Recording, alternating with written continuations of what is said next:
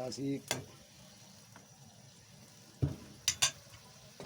Ito ang aming ulam ngayong hapunan. Adobo. Yan. Adobong itlog, talong, at toka po. Ito ang aming recipe.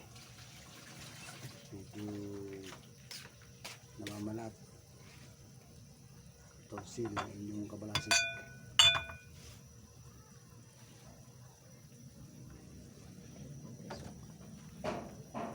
Grabe naman.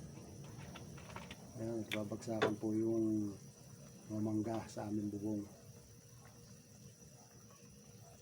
Dalawa po yung punong manggang Indian mango namin dito, kaya ayan, naglalagbagan sa bubong.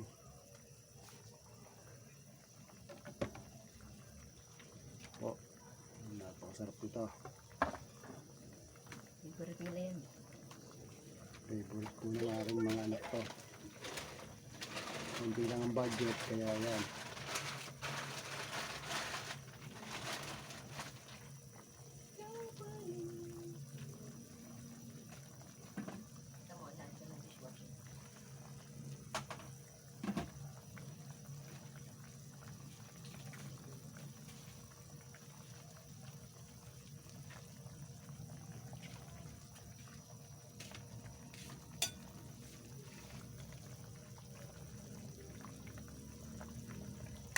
Bawas lang natin ng konti sabaw para sarap-sarap ng konti.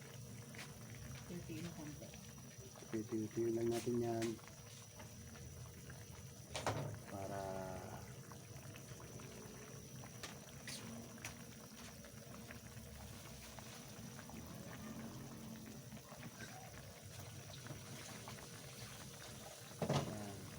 isang pulo pa na maganda-ganda at atin na siyang hahangulin.